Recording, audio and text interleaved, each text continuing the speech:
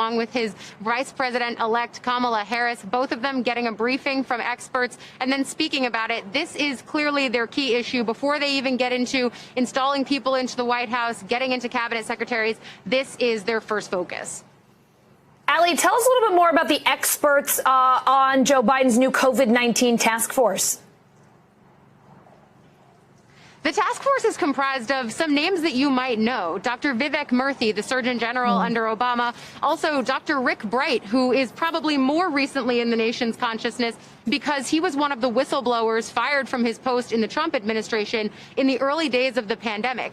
Other names that you may know, Zeke Emanuel, Celine Gowder, Lois Pace, all people who live in this public health expertise space. The Biden campaign, well, now the Biden administration, clearly trying to elevate the scientists. Though I will say, Joe Biden said early on that one of his first phone calls would be to Dr. Anthony Fauci.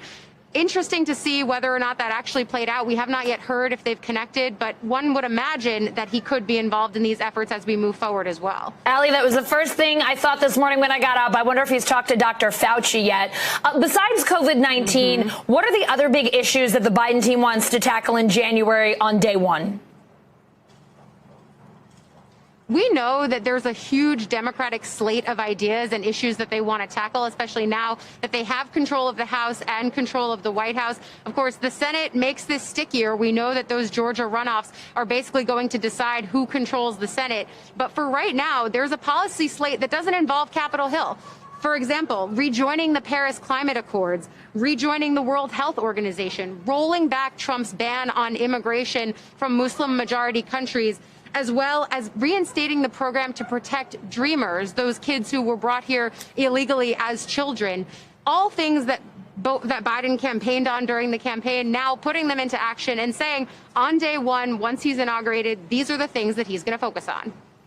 Ali Vitale, I know you're still in Delaware. I know you're going to be there for a while, but we got you guys out of that parking lot. That's fantastic news. It really is. Thank you for that. Great to see you. Here's NBC News correspondent Carol Lee with the latest from the White House.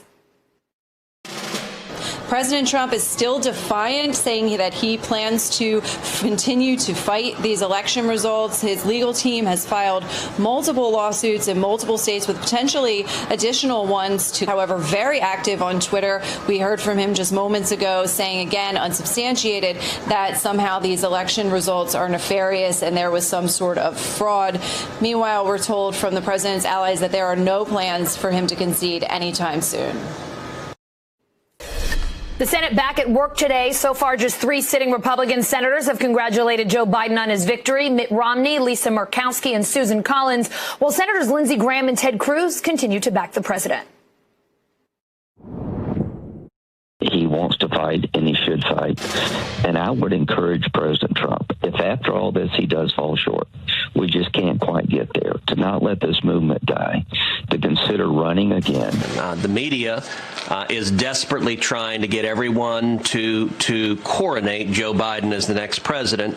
But that's not how it works. The media does not get to select our president. The American people get to elect our president. And at this point, we've got numerous states that are very closely and vigorously contested. NBC News Capitol Hill correspondent Leanne Caldwell joining me now. Leanne, in the last hour, Senate Majority Leader Mitch McConnell made his first public comments since Joe Biden was elected president. What did he say? Hey, Allison, he did. This was a speech from Senator McConnell on the Senate floor that we've all been anticipating, as he's refused to answer a lot of questions about what's happening with the election, the fact that there is a vice president-elect, Joe Biden. So Senator McConnell went to the Senate floor and he gave a pretty lengthy remarks about this, where it seems like he is on the side of the president, saying that he has the right to go through with these legal challenges. Let's listen to his own words. Obviously, no states have yet certified their election results. We have at least 1 or 2 states that are already on track for a recount. And I believe the president may have legal challenges underway in at least 5 states. The core principle here is not complicated. In the United States of America, all legal ballots must be counted. Any illegal ballots must not be counted. The process should be transparent. Its troops, they go into these areas, and this is something that the Azerbaijani president has told Al Jazeera as well, that what he wants to do in these areas is rebuild them, make sure that the economic and ethnic harmony in these areas is brought back, as these areas are Azerbaijani land, as in accordance with United Nations resolutions and various other Minsk group deals that have been signed between Russia, France, and the United States as well.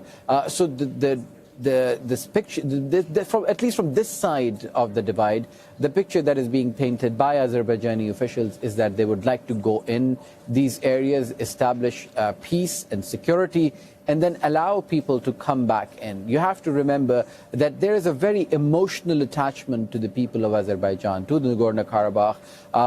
In every square, in every public building, you will find something that associates people to the Nagorno-Karabakh region, whether it's Fuzuli or Shusha. There are people who have been displaced from those areas. There are those ancestral lands. And there has been this thorn that people have been trying to pull out from their sides for the last nearly 3 decades, which they want to go back to their regions. But at least in theory, what they say is that to see what happens in practice. Osama bin Javad there for us in the capital of Azerbaijan, Baku. Many thanks.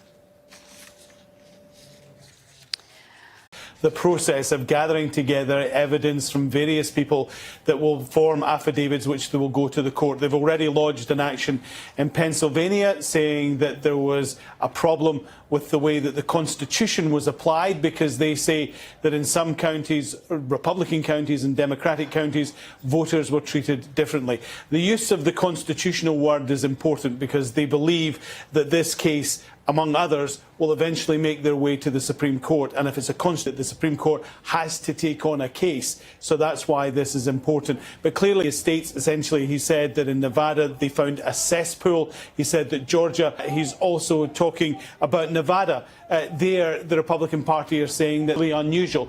Military families, big military bases in Nevada, people might have been based there, then moved elsewhere, but they decided, until they knew where they were going or got themselves settled, of what they're alleging. And they're alleging that there was widespread, certainly from his Twitter feed, from what the Republican Party are doing, and from what Mitch McConnell, the leader of the party, to acknowledge that Joe Biden won the election and insist that they will continue this.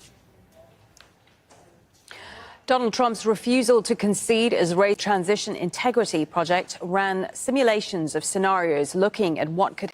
Right. Well, in June of this year, we ran a series of exercises. The results of the game were that absent a decisive victory for Joe Biden to a new administration were potentially quite severe. Games where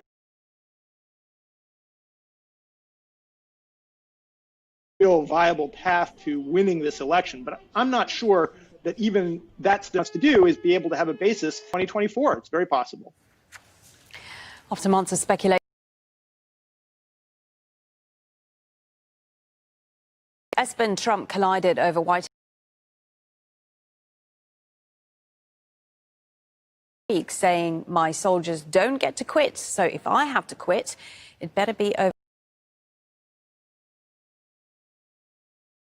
Is manage a transition, the stability that's going to be coming with a Biden administration, and the worry is that you'll have instability over the next 60 days that dwarfs what we've seen over the last 4 years. But I think there's a really important point with regards to whether it's the Department of Defense or the FBI or the CIA. These changes at the top, particularly during the transition, don't really impact the operations, things that are going on, whether they're but again, this perception at the political level that there's tumult is active in preventing COVID-19.